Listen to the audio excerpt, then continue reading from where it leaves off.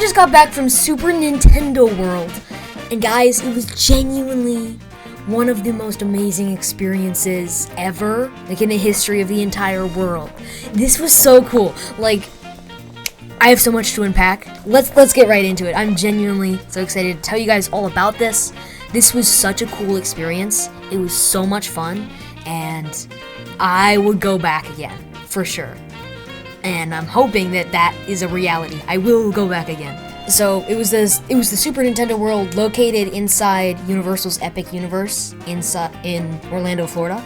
This was actually really cool. So when we got there, we entered through like this main portal that took us to the Celestial Park, right? After security, of course, and regular stuff like that. But then we needed to stay to the left so that way we could cross over to Super Nintendo World. And we're trying to get through that, but the crowds were insane. There was a huge crowd of people going straight to Super Nintendo World, huge crowd of people that were going straight to Harry Potter. So when we got in there, we were again staying to the left, and you know what? I'm gonna let you guys actually enjoy me going through this for the first time, because it was genuinely so cool, and we got the whole thing on video.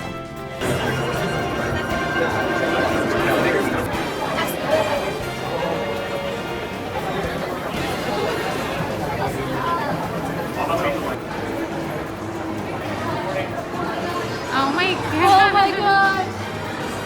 Peach's password. No, like we're inside Peach's password. You gotta go to Oh my gosh, no one. So everybody. Look at the Yoshi thing. Oh my gosh. So yeah, that's pretty cool, right? Then we went straight to the Mario Kart ride inside Bowser's Castle. Now, obviously, it wasn't like we were dilly-dallying and then all of a sudden we have to go. We were heading through the whole time as fast as we could. There was just so many people. It was kind of like a constant flow, but it was a slow flow. So when we got in there, the queue was genuinely so cool for this. Like, I'm gonna have it on screen the whole time I'm talking through this because there's so much to go through. They had like Bowser's Library and Bowser's Factory and like all kinds of super cool stuff, and I think it was really awesome. It was full of references to Mario Kart and Mario in general. Like I think there was like a tips and tricks to survive Rainbow Road or something like that. It was so cool. And because we got there so early, we didn't really have to wait in a line because we were constantly moving. That is the one line I would have actually liked to wait in because there was so much to look around and see. And it would be so nice if I would get to like experience that and look at every book and see every detail, because that would just be so cool for me. This is how my face is gonna look for the next 24 hours. So we got on the Mario Kart ride, and it's really cool. If you guys don't know, it's like this. You put on like some AR like glasses. So it's kind of like this, a VR headset, but it's strapped like to your seat, and then you put it on and you pull the lap bar down and it pulls the whole steering wheel down to you. And then we got the power-up bands so we could get the full experience, you know. So then we could scan that in and it would save our points and stuff.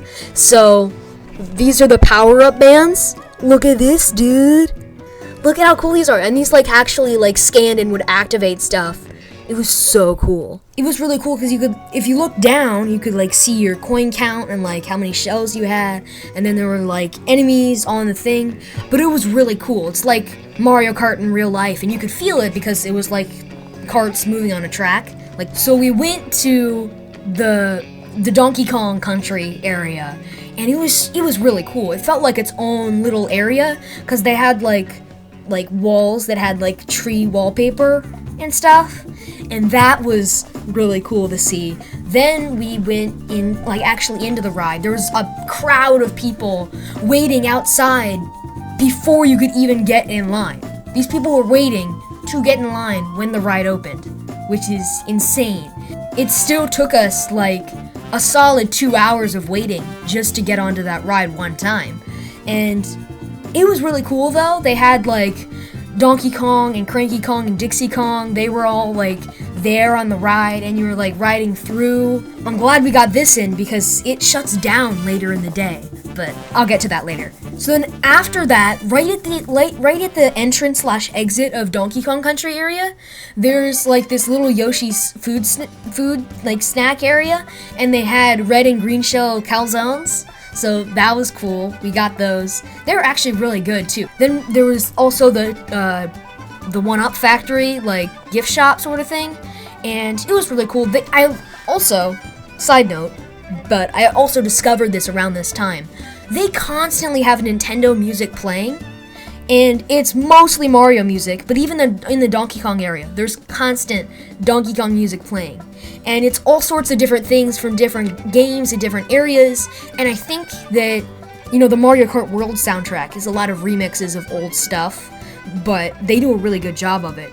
And I think that might have been inspired by the soundtrack at Super Nintendo World. Maybe, just saying. Got this from the 1-Up Factory. Pretty cool. So then, it was around, I think it was close to like 12:45-ish, and we were walking through like the main bottom square area where like there's some coin blocks and stuff, and we see a line, and we're like, what's this line for?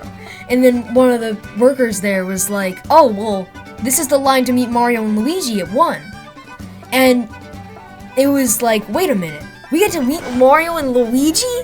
So then, obviously we got in line for that, and then basically right after we got in line, around like 12:50, they closed it off. So evidently, we got in at just the right time. We were the last people to do it, and it was really cool. We got to meet Mario and Luigi, and it was really interesting. Like, most of the time when you meet the characters and stuff from, like, in these parks, but also in, like, Disney and stuff, the characters don't talk back to you. They're like, oh, you know, but they don't talk back to you. They don't respond. But I think that they were using some sort of like voice changer or something, because Mario and Luigi were able to talk to us. Like when we walked up, they were like, "Oh, you're super fans," because we had Nintendo shirts on. So it was actually really funny because Luigi was like, "Oh no, I'm not on these shirts," because mine was Mario, my dad's was Donkey Kong, and my mom's was Yoshi, and there was no Luigi. But then I saved it because I told him that we really like Luigi's Mansion. And then he was like, alright, yeah, woohoo. So that was funny. So then we did some exploring of Super Nintendo World, and it was pretty cool. Then we actually left Super Nintendo World. I know, right? We were still in Epic. We didn't leave the park, but we went through the exit, and there was like this little like castle area that it wasn't, I don't think it was like exactly Peach's castle, but because Peach's castle was inside the actual Super Nintendo World, but it was really cool. It had stained glass of Nintendo characters, and Link was on there, and I was like, I think that Link might, because it's Super Nintendo World, that means they might be planning for a Zelda area. I know, right? Yeah, it's put on your tinfoil hats, but I'm holding out hope. Went out into the Celestial Park area, and I'm gonna keep this lightly because you guys are here for the Super Nintendo World, obviously. But then we went to the Dark Universe and did both of the rides there. That roller coaster was pretty cool, honestly. And then we went to like the Harry Potter area. That was pretty cool. The ride time, I think it was shut down at that time.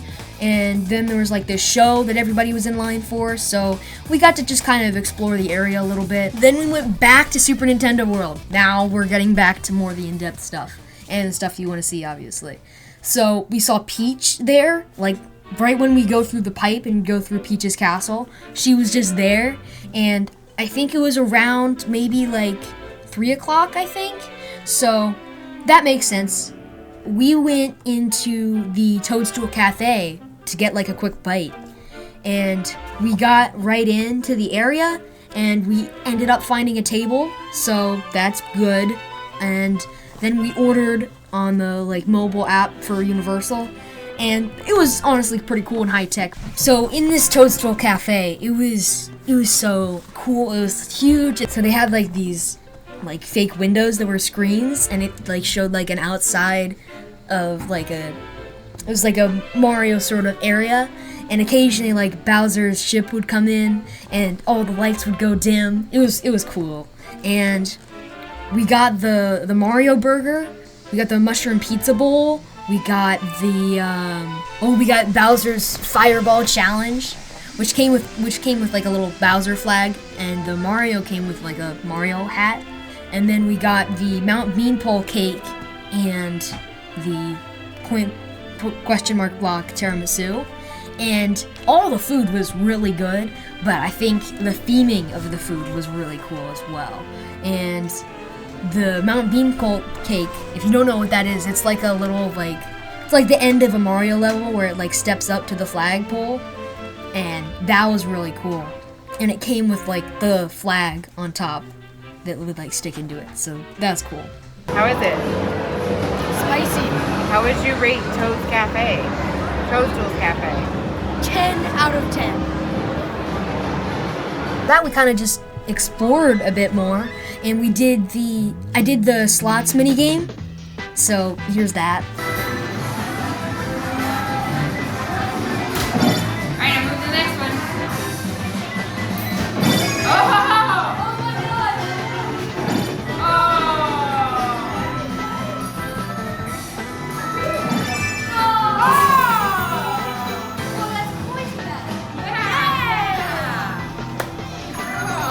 And then we did like a little thing for a mini game for the key, and all the mini games had super long lines, so we didn't want to take too much time to do all of them, because we still wanted to do the other rides again and go on like the Yoshi's ride.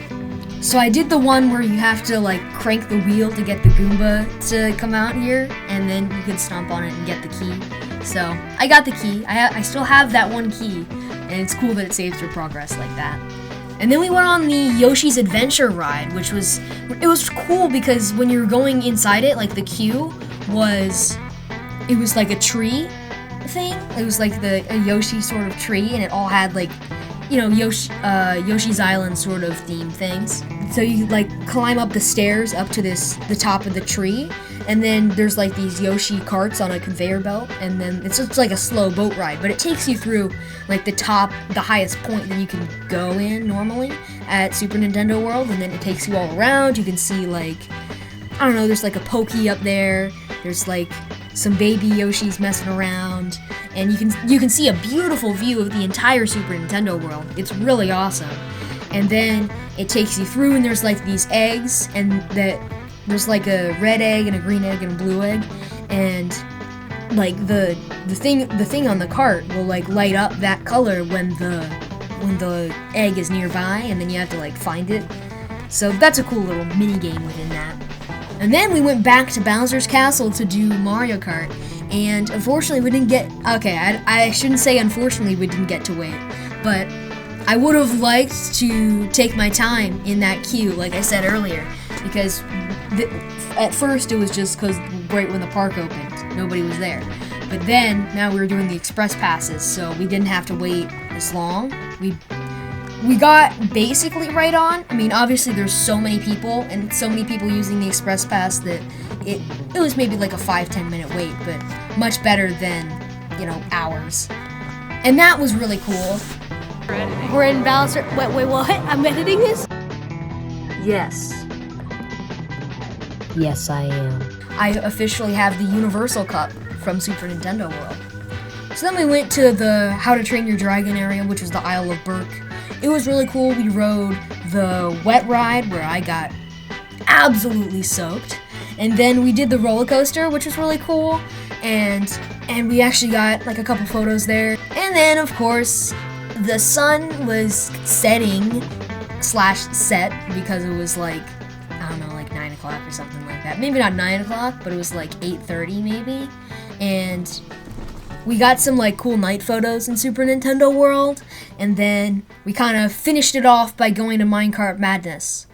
Now here's where the madness ensues.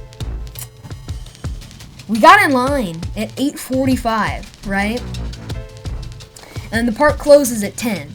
So we figured that, we get in line at 8:45. We use the express pass actually, and then we wait maybe like half an hour, and then we're on the ride. Maybe even before park closing. Then we'll get to go on it again, maybe? Who knows? But then, the ride got delayed. Oh my God! Delayed, not once, not twice, not even 3 times, but 5 times. The ride got delayed 5 separate times where they're like, okay, ride's delayed. Oh great, the ride's back up. And then we move like 2 people and they're like, okay, ride's delayed. So here's the interesting thing about Minecart Madness. They only send like 1 cart at a time, and there's only 4 people in each cart. So it's not like a super long, like 24 person at a time. It's just 4 people. And then they send it and it goes. And there's usually like, I don't know, maybe 5 or 6 going at a time. I think what was happening is that it kept shutting down, and then because like one of the carts broke or somebody got stuck or something like that, and then they'd have to pull the cart off the track and then send it again. So then eventually it was going like dramatically slower because they were waiting for one of them to go back through before they could even send another one. So, that might have been why it took us so long, because the delays lasted maybe like, I don't know, 10 minutes each. There was one that was really long. They said it was an extended delay. We waited there for a while. And we rode on it again. It was super cool. And then after it stopped and it was going through like the exit thing, we saw the carts that were pulled off the track. We saw like the area where they pull them off. So then we were like, okay, yep, that's what was happening. So that was basically the last thing we did, but then we took some like night pictures and got some souvenirs. That was pretty much it. That was the end of my Super Nintendo World journey, and yeah, it was genuinely so much fun.